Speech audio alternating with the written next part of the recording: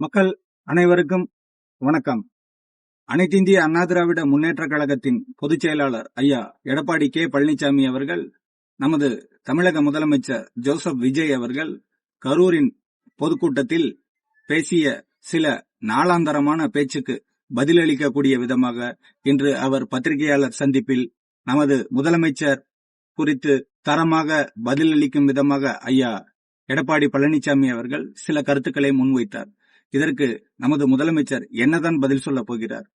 கூட்டுக்களவாணித்தனம் திமுகவும் அதிமுகவும் செய்கிறது என்று கூறிய நமது முதலமைச்சர் விஜய் அவர்கள், திருத்தப்பட்ட காவிரி தீர்மானம், திமுகவால் திருத்தப்பட்ட காவிரி தீர்மானத்தை கூட்டுக்களவாணித்தனமாக மத்திய சர்க்காருக்கு அனுப்பி வைத்த விவகாரம் குறித்து கரூரில் நமது முதலமைச்சர் ஏதேனும் கூறினாரா?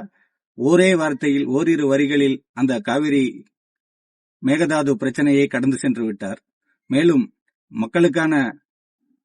மக்கள் நலத்திட்டங்களை ஏறக்குறைய 32 ஆண்டுகள் ஆட்சி கட்டில் இருந்து செய்து வந்த அனைத்திந்திய அண்ணா திராவிட முன்னேற்ற கழகத்தினை தீர்ந்து போன சக்தி என்று மிகவும் நாளாந்தரமாக முதலமைச்சர் பதவிக்கு உள்ள கண்ணியம் மற்றும் மாண்பை குலைக்கும் விதமாக அவர் பேசியிருக்கிறார் என்பது போல நமது பொதுச் செயலாளர் ஐயா எடப்பாடி பழனிசாமி தரமாக நமது முதலமைச்சர் அவர்களுக்கு பதிலளித்துள்ளார்.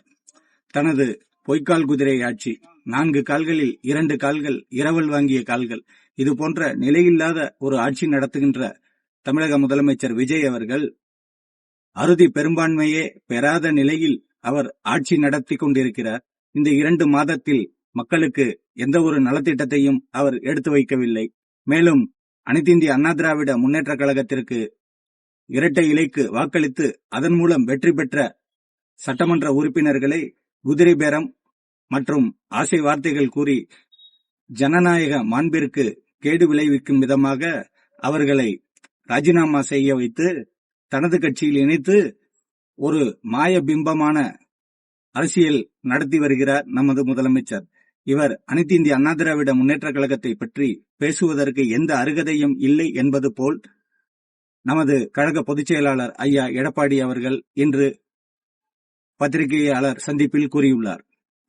நமது முதலமைச்சர் விஜய் அவர்கள் ஏதாவது மக்களுக்கு நல்லது செய்ய வேண்டுமென்றால் அவற்றை செய்யலாம். அதை விட்டுவிட்டு அனைத்திந்திய அண்ணா திராவிட முன்னேற்ற கழகத்தில் வென்ற வேட்பாளர்கள், வென்ற சட்டமன்ற உறுப்பினர்களை விலைக்கு வாங்குவதை இத்துடன் நிறுத்திக் கொள்ள வேண்டும் என்பது போலும் அவர் பதிலளித்துள்ளார். இனியாவது தனக்கு நமது முதலமைச்சர் அவர்களுக்கு வாக்களித்து ஆட்சியில் அமர வைத்த மக்களுக்கு ஏதாவது நல்ல திட்டங்களை செயல்படுத்துவார் என்ற நம்பிக்கை என்னை போன்றோருக்கு உள்ளது. அதை விடுத்து சட்டமன்ற உறுப்பினர்களை விலக்கி வாங்கி தொகுதியின் பிரதிநிதித்துவத்தை தட்டி பறிக்கின்ற நமது முதலமைச்சரின் செயலை ஆளுநர், மேதக ஆளுநர் மற்றும் நீதியரசர்கள், வழக்கு மன்றங்கள் நன்கு கூர்ந்து கவனித்து வருகிறது.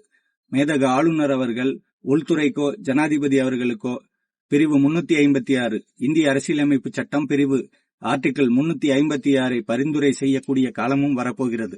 எனவே இந்த பொய்க்கால் குதிரை அரசியை நம்பி மக்கள் ஏமாந்தது போதும். இனியாவது விழிப்புடன் இருக்க வேண்டும். கழகத்தினை உயிர்ப்புடன் நடத்த வேண்டும். உயிர்ப்புடன் அனைத்திந்திய அண்ணா திராவிட முன்னேற்ற கழகத்தை புது பொலிவுடன் உருவாக்க வேண்டும் என்ற உயர்ந்த லட்சியத்தால் ஐயா எடப்பாடி பழனிசாமி அவர்கள் மாவட்டந்தோறும் ஆலோசனை மற்றும் கருத்து கேட்பு கூட்டங்கள் நடத்தி கழகத்தினை புத்துயிர் பெற வைக்கும் பயணத்தை மேற்கொண்டுள்ளார். அவரது பயணம் சிறக்க தொண்டனாகிய என்னுடைய வாழ்த்துக்கள். நன்றி, வணக்கம்.